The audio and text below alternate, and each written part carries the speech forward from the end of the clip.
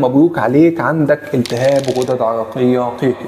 تعال ناخدك في رحلة جوه جلدك عشان نفهم الموضوع بيبدأ ازاي. الموضوع كله بيكون عبارة عن خلل في بصيلات الشعر في الأماكن اللي فيها غدد عرقية معينة اسمها أبوكراين سويت جلاندز، ودي الغدد العرقية اللي بيبقى ريحة العرق فيها مميزة للشخص ده، زي الإبطين والمناطق التناسلية وحوالين فتحة الشرج وحوالين السرة وأسفل الثدي. زي ما قلنا الأماكن دي بيحصل انسداد في بصيلة الشعر، ولما يحصل الانسداد ده بيتراكم جوه بصيلة الشعر دي الكيراتين والجلد الميت والبكتيريا اللي عايشة على الجلد، والبصيلة تفضل تتنفخ تتنفخ تتنفخ بالرواسب اللي جواها دي لحد لما تنفجر.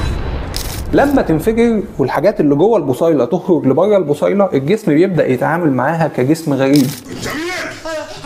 عني غريب. انا عارف انك غريب. امال غريب؟